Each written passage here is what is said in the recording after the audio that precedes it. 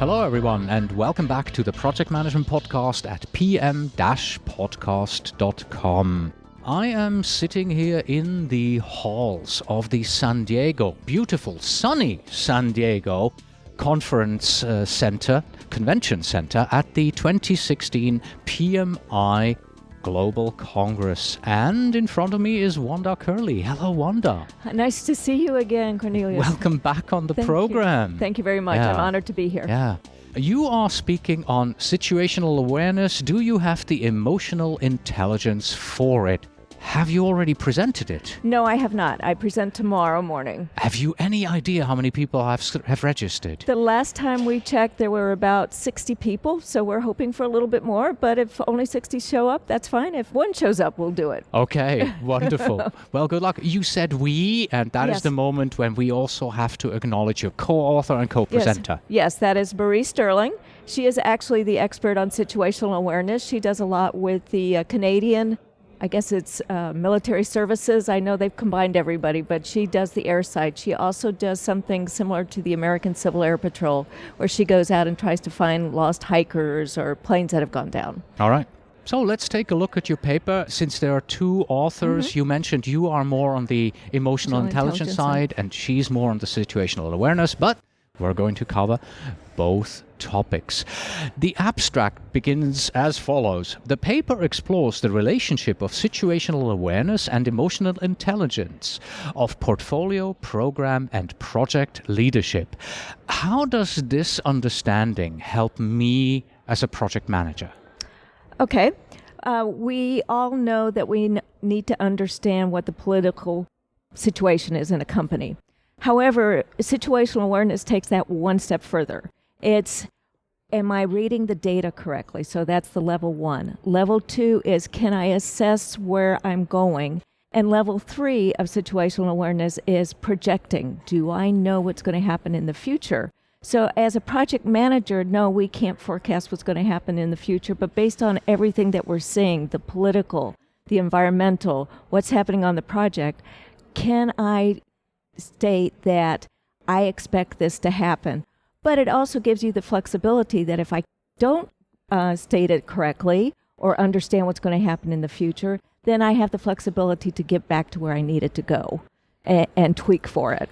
Now, the emotional intelligence side brings in, we did some research, Marie and I did. We put a Survey Monkey where we had somebody go through we had people come in and do the surveys, and they did a situational awareness, and then right after that they did an emotional intelligence quotient, as it's called. So what they do is we did analysis of the emotional intelligence quotient based on how they answered the various levels of situational awareness, and we found rudimentary right now, because we really don't have that many people that responded. We only have about 25. We're hoping for more.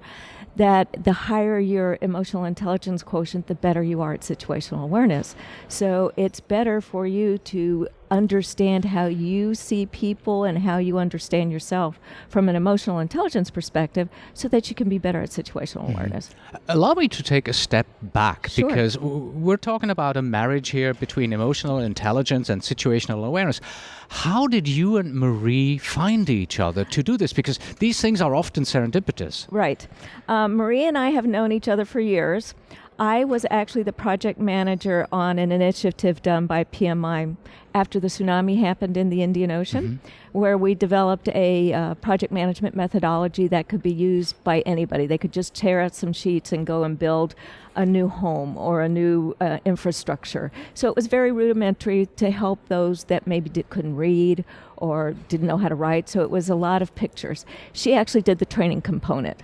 She then contacted me and said, hey, Wanda, are you interested in this? And she was doing the situational awareness. I said, well, we need to marry it with something. How about emotional intelligence? So that's how we came together on it. Okay. Back to the paper.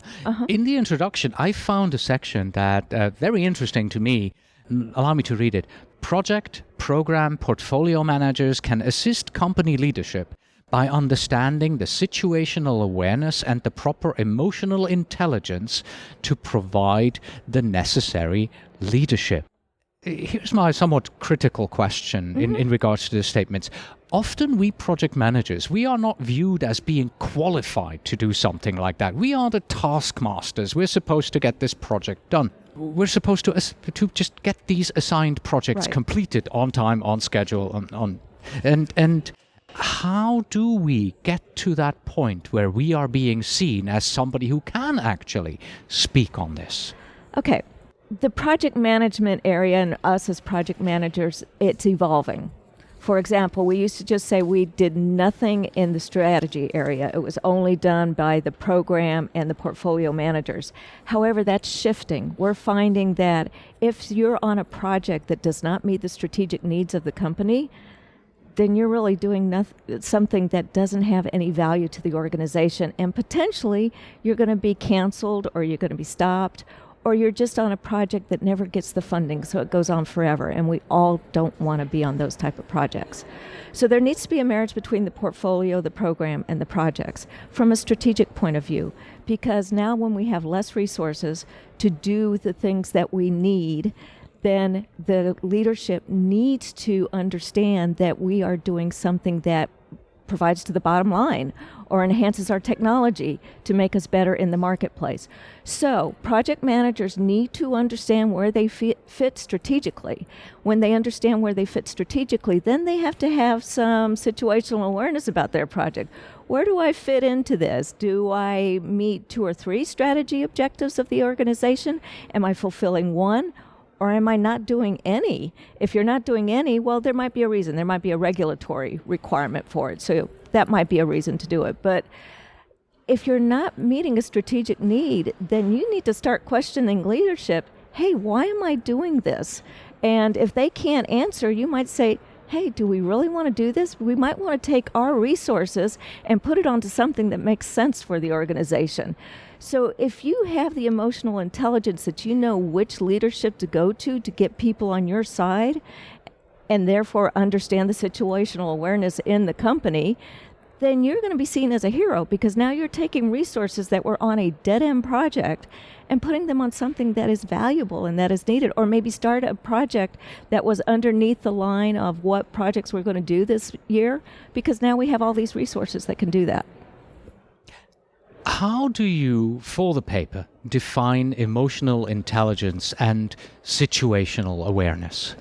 Well, emotional intelligence is really the ability for leaders, and when I say leaders, I'm talking about project managers and portfolio managers and program managers, to understand their emotional cues, so my own, how am I reflecting onto other people within the organization, and then and my ability to read others and what's happening. So how do I handle stress? How are the other people handling stress? What is my project team doing right now? Are the technical folks really having an issue with maybe the business side? So if I can understand those emotional cues, then I can do better. Now, situational awareness is the perception of reality. So if you think of a fighter pilot, a fighter pilot has to understand their rules of engagement, and they have to understand where they are in that plane at any one time. Are there enemy people coming? Are there people on the ground that are trying to shoot at me? Are there people up in the air that are trying to shoot at me? So you constantly have to know where you are. You have to know where your allies are too. Do I have a wingman with me, or am I flying by myself? So in a project environment, we have to understand, and project managers haven't done this in the past, where do I fit in the project? Do I have another project that's feeding into me? Beforehand, we have just kept project managers in the blind. So they may not know that their project is feeding into something else. They have to know what leadership thinks about this project. Am I part of a program? And what does the portfolio think? Am I going to be delayed? Etc. So those are things that they need to understand. Mm-hmm. In the paper, you then move on to describing how situational awareness is measured. Can you walk us through that, please? Yes. You heard me state before there's level 1, level 2, and level 3. Level 1 is just regurgitating facts. What is the earned value management? What is the schedule like? Am I running on schedule, behind schedule? What are my costs? Am I budgeting correctly, or am I overrunning? Am I underrunning? So those are level 1. It's just kind of regurgitating facts. Level 2 is taking the facts and maybe hearing something that somebody said and being able to synthesize that. So, for example, somebody might say, the portfolio manager might say, oh, I'm going to have to delay your project because of X. Well, did I catch that? Did I read the email correctly? How is that going to affect me? What is that going to do for the individuals? So it's not regurgitating, but it's being able to assess what you hear. Then finally, level 3 is where I'm trying to predict the future.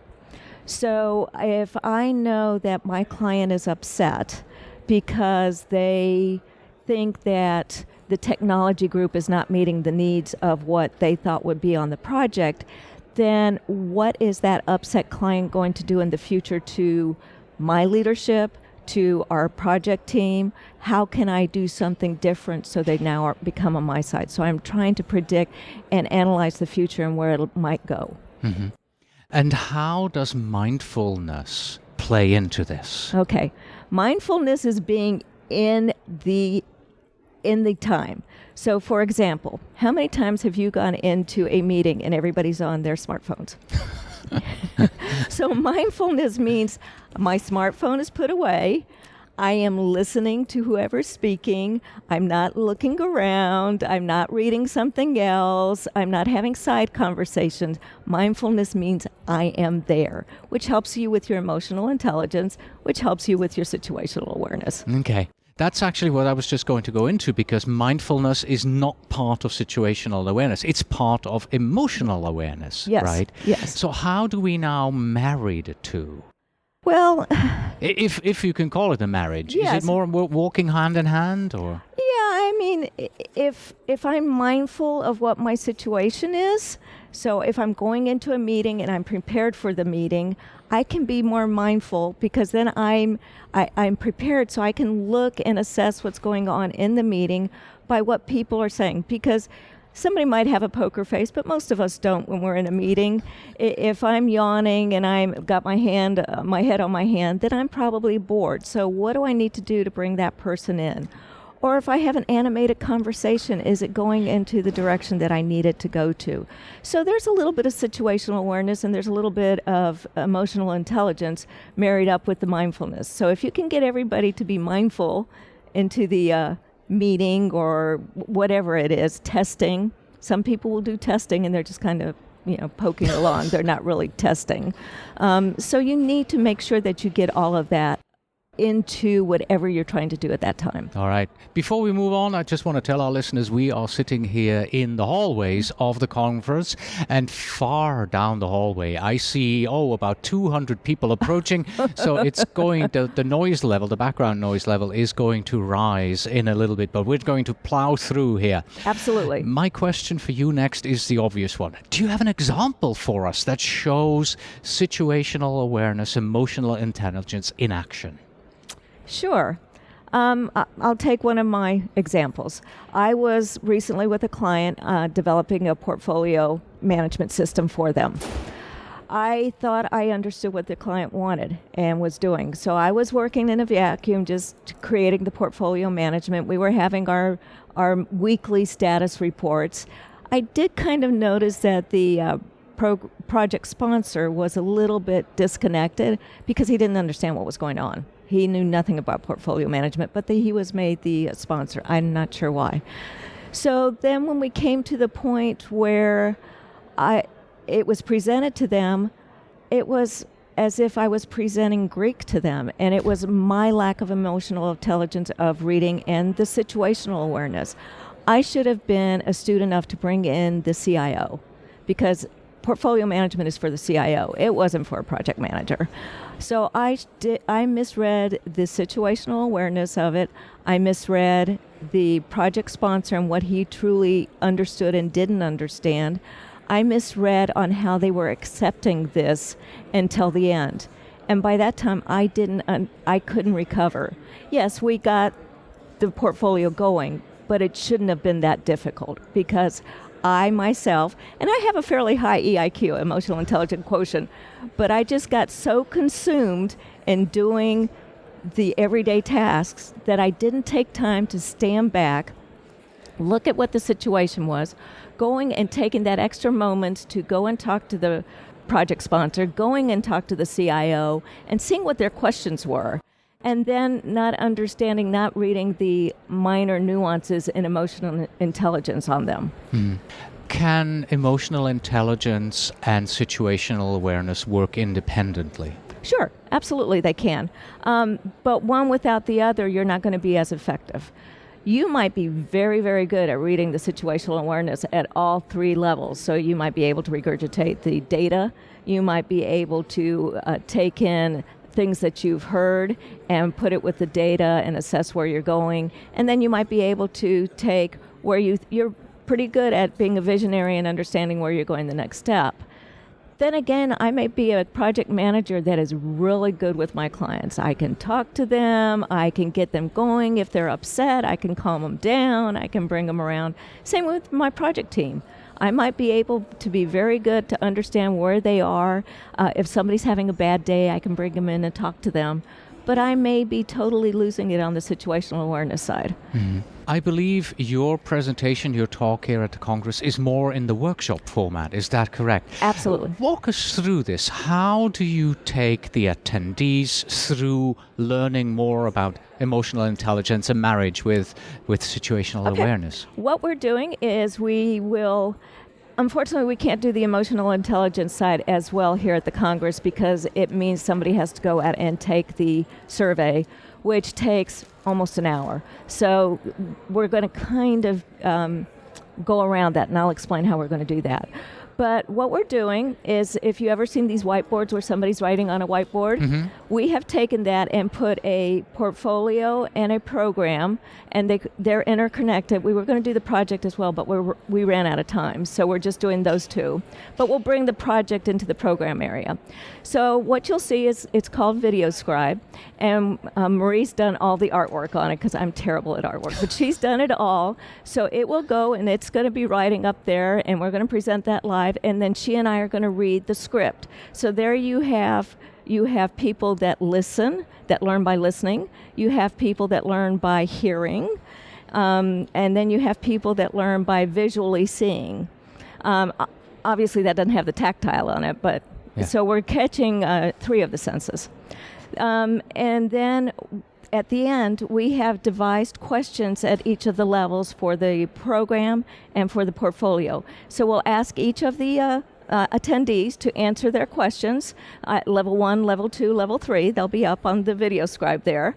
Then at the end, we'll have a discussion and say, well, this is what level 1 should have been, because that's regurgitating data. And let's also say you're only showing it for a short time. Correct. Right? Yes. So you're displaying it and then it's gone again. Yes. And the idea is that your situational awareness kicks in and you remember, you get the picture. Right. Absolutely. It's just up there for when we're reading it, and then it vanishes.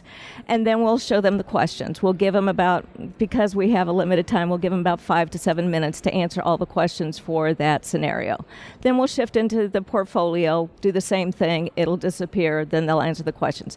At the end of the workshop, we will then discuss the different things. We'll bring in the emotional intelligence and say, hey, you probably know basically where you fall in the emotional intelligence side. So if you have a higher emotional intelligence, you should have done better with the level 2 and level 3 than somebody who doesn't. And this is not to say that you're bad or you're good. It just is a tool to help you become a better project manager. Yeah. How effective is this kind of a training approach to teach us project managers really to become in the situation, to have the situational awareness we need? Because I'm thinking, you're doing 3 of these vignettes, right? Yes. The first time, you're probably going to catch me off guard, right? And you're going to go, and I'm taking it away now, and now you have to answer these questions.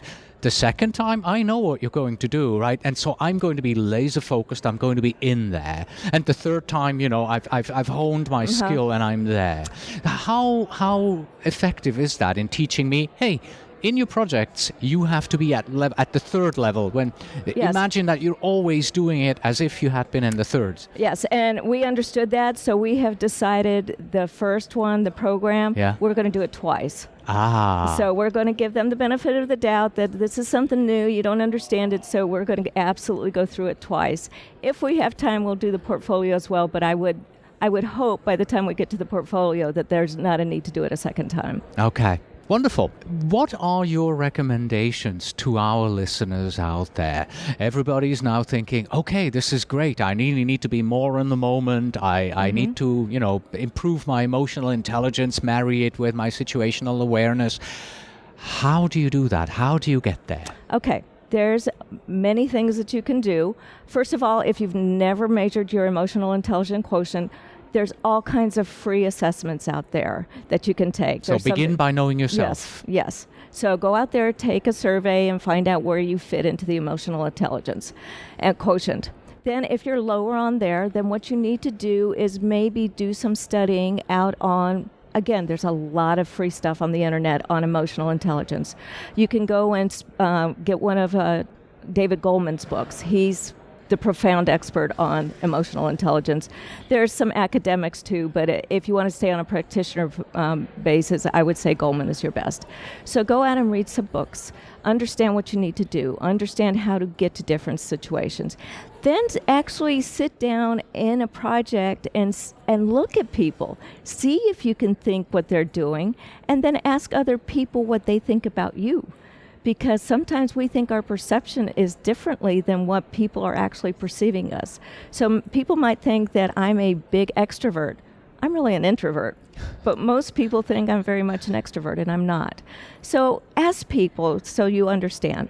Then once you do that, and you're getting your emotional intelligence quotient up, start assessing your situational. As I said, there's 3 levels. Most project managers do fairly well at level 1. That's regurgitating facts, yes, right? Yes, and we're good at doing that because we know EVM, we know all of the different things, schedule, cost. So try to take it the next step. How do I take what I've heard, marry it with the data that I know is there, and try to massage it and say, well, if this is happening, then I would expect my client to act that way. And so that's where you're marrying up the emotional intelligence. So you look at that and say, oh, okay, I got that right. Then eventually you should be able to go in and say, okay, I see my client is going in this. That's not really what I expect. So what do I think will happen a month from now? What do I think will happen 2 months from now? If I'm not going to meet my schedule and I know I have to do testing in a month, what can I do to predict the future by talking to my client and setting expectations with them? So I think a level 3 is a little bit about setting expectations with your client. So if you know you're going to be way off on schedule, you might want to help your client understand that. Excellent. Wanda, thank you so much for coming on the program again. Thank you. Appreciate it. I loved it. Thanks very much.